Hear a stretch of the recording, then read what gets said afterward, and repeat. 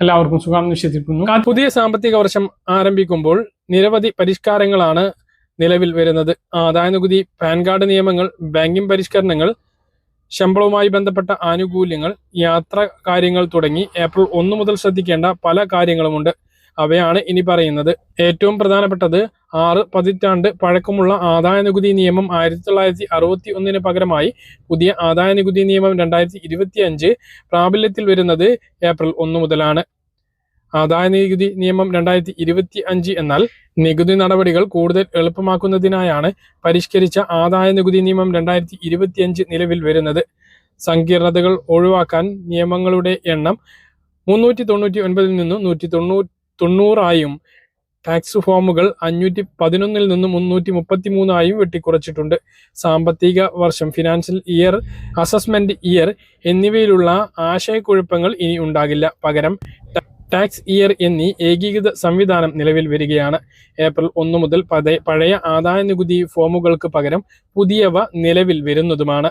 മറ്റൊരു മാറ്റം, ശമ്പളക്കാർക്കുള്ള TDS സർട്ടിഫിക്കറ്റിനുള്ള പഴയ ഫോം 16 ഇനി മുതൽ ഫോം 130 ആയിരിക്കും. ശമ്പളത്തിന് പുറമേയുള്ള വരുമാനത്തിനുള്ള TDS സർട്ടിഫിക്കറ്റിനുള്ള പഴയ ഫോം 16A ഇനി മുതൽ ഫോം 131 ആയിരിക്കും. നിക്ഷേപ വിവരങ്ങൾ തൊഴിലുടമക്ക് നൽകാനുള്ള പഴയ ഫോം 12BB ഇനി മുതൽ ഫോം 124 ആയിരിക്കും. വാർഷിക നികുതി വിവരങ്ങൾ AIS നൽകുന്നതിനുള്ള പഴയ ഫോം 26AS ഇനി മുതൽ 168 ആയിരിക്കും. മറ്റൊരു കാര്യം, ഫോം 30 തൊഴിലുടമകൾ ജൂൺ 15 നൽകേണ്ടതുണ്ട്. ഇതൊരു സിസ്റ്റം ജനറേറ്റഡ് ആയിരിക്കും. ട്രാസസ് പോർട്ടലിൽ നിന്നും ഇവ ഡൗൺലോഡ് ചെയ്യാവുന്നതാണ്. പാൻ കാർഡ് നിയമത്തിനും വളരെ പ്രധാനപ്പെട്ട മാറ്റങ്ങളാണ് വരുന്നത്. പാൻ കാർഡ് അപേക്ഷിക്കുന്നതിനും പുതുക്കുന്നതിനും നിയമങ്ങൾ ഏർപ്പെടുത്തിയിട്ടുണ്ട്. ഇനി മുതൽ ജനന തീയതി തെളിയിക്കാൻ ആധാർ മാത്രം മതിയാകില്ല. SSLC certificate, passport, voter ID, driving licence എന്നിവയിൽ ഏതെങ്കിലും ഒന്നുകൂടി നൽകേണ്ടി വരും. പാൻ കാർഡിലെ പേര് ആധാർ കാർഡിലെ പേരുമായി കൃത്യം ചേരേണ്ടതുണ്ട്. പാൻ കാർഡിൽ നിന്നും പിതാവിൻ്റെ പേര് നീക്കും. ആധാറിലെ വിവരങ്ങളുടെ അടിസ്ഥാനത്തിലായിരിക്കും ഇത് ചെയ്യുക. 10 ലക്ഷത്തിന് മുകളിലുള്ള നിക്ഷേപങ്ങൾ, 5 ലക്ഷത്തിന് മുകളിലുള്ള വാഹനം വാങ്ങൽ, 20 ലക്ഷത്തിന് മുകളിലുള്ള വസ്തു വാങ്ങൽ എന്നിവക്ക് പാൻ കാർഡ് നിർബന്ധമാക്കും. ബാങ്കിംഗ് മേഖലയിലും പരിഷ്കരണങ്ങളുണ്ട്. ഡിജിറ്റൽ തട്ടിപ്പുകൾ തടയുന്നതിനായി RBI പുതിയ നടപടിക്രമങ്ങൾ ആവിഷ്കരിച്ചിട്ടുണ്ട്. ഏപ്രിൽ 1 മുതൽ എല്ലാ ഡിജിറ്റൽ ഇടപാടുകൾക്കും OTPക്ക് പുറമെ പാസ്വേഡ്, പിൻ അല്ലെങ്കിൽ ബയോമെട്രിക് വിവരങ്ങൾ കൂടി ആവശ്യമായിട്ട് വരുന്നതാണ്. HDFC പോലുള്ള ബാങ്കുകൾ UPI അധിഷ്ഠിത ATM പിൻവലിക്കലുകൾ സൗജന്യ പരിധിയിൽ ഉൾപ്പെടുന്നതാണ്. പരിധി കഴിഞ്ഞാൽ ഒരു ഇടപാടിന് 23 രൂപയും GSTയും ഈടാക്കുന്നതുമാണ് എന്നും അറിയിച്ചിട്ടുണ്ട്. പഞ്ചാബ് നാഷണൽ ബാങ്കിൽ ചില ഡെബിറ്റ് കാർഡുകളുടെ ദിവസേനയുള്ള പരിധി കുറച്ചിട്ടുണ്ട്. 1 ലക്ഷം രൂപയിൽ നിന്നും 50,000 രൂപയും, പ്രീമിയം കാർഡുകളിൽ 1.5 ലക്ഷം രൂപയിൽ നിന്നും 75,000 രൂപയുമായി ഇത് മാറിയിട്ടുമുണ്ട്. ശമ്പള ആനുകൂല്യങ്ങളും മാറിയിട്ടുണ്ട്. പഴയ നികുതി വ്യവസ്ഥയിൽ തുടരുന്നവർക്ക് കൂടുതൽ ആനുകൂല്യങ്ങൾ പ്രഖ്യാപിച്ചിട്ടുണ്ട്.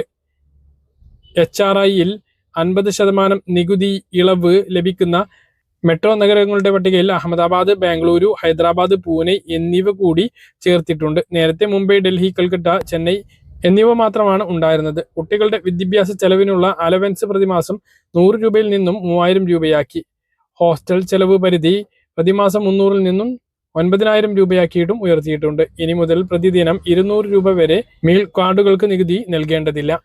അതേസമയം വാർഷിക കോർപ്പറേറ്റ് ഗിഫ്റ്റ് വൗച്ചറുകളുടെ നികുതി രഹിത പരിധി 5,000 രൂപയിൽ നിന്നും 10,000 രൂപയാക്കി ഉയർത്തിയിട്ടുണ്ട്. കമ്പനികൾ നൽകുന്ന വാഹനങ്ങളുടെ നികുതി മൂല്യം പുതുക്കിയിട്ടുണ്ട്.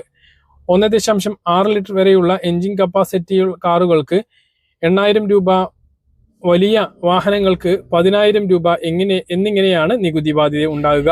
യാത്രയുമായി ബന്ധപ്പെട്ട മാറ്റങ്ങളുമുണ്ട്. റെയിൽവേയുമായി ബന്ധപ്പെട്ട ഏറ്റവും പുതിയ പരിഷ്കരണം, ട്രെയിൻ പുറപ്പെടുന്നതിന് 8 മണിക്കൂർ മുമ്പ് ട്രെയിൻ ടിക്കറ്റ് റദ്ദാക്കുകയാണ് എങ്കിൽ റീഫണ്ട് ലഭിക്കില്ല എന്നതാണ് ഏറ്റവും പ്രധാനപ്പെട്ട കാര്യം.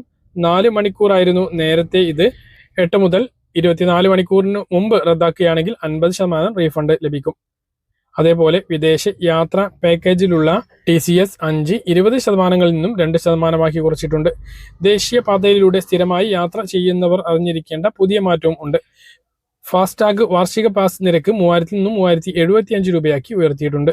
മറ്റൊന്ന്, പശ്ചിമേഷ്യൻ യുദ്ധ സാഹചര്യത്തിൽ ആഗോള ഇന്ധന വിലയെ അത് കാര്യമായി ബാധിച്ചതുകൊണ്ട് തന്നെ LPG, CNG, PNG എന്നിവയുടെ വിലയിൽ ഏപ്രിൽ 1 വലിയ മാറ്റം ഉണ്ടാകാനുള്ള സാധ്യതയുണ്ട്. പാചകവാതക വില ഇനിയും ഉയരും ഏപ്രിൽ 1. സാമ്പത്തികമായി ശ്രദ്ധിക്കേണ്ട ഏറ്റവും പ്രധാനപ്പെട്ട കാര്യങ്ങൾ ഈ മാസം, അതായത് ഏപ്രിൽ 1 മുതൽ ശ്രദ്ധിക്കേണ്ട കാര്യങ്ങൾ ഇവയാണ്.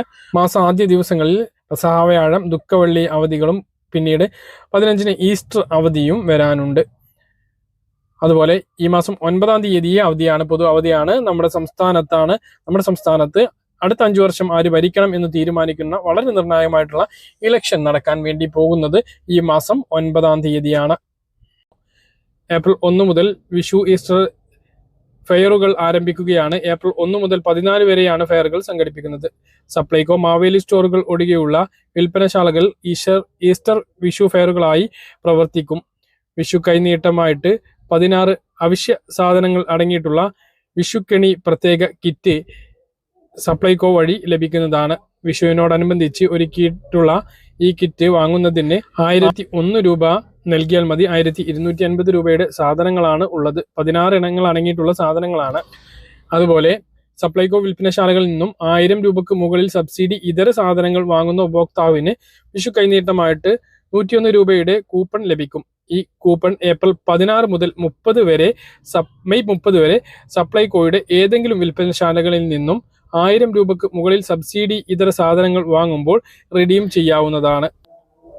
പറഞ്ഞ കാര്യങ്ങൾ കൃത്യമായിട്ട് മനസ്സിലാവുമെന്ന് കരുതുന്നു. ഇതുപോലെ ഇൻഫർമേഷൻ ലഭിക്കാൻ ചാനൽ സബ്സ്ക്രൈബ് ചെയ്യുക, ബെൽ ഐക്കൺ എനേബിൾ ചെയ്ത് വെക്കുക. മറ്റൊരു വീഡിയോ വീണ്ടും കാണാം. ദൂരേക്ക് ബൈ.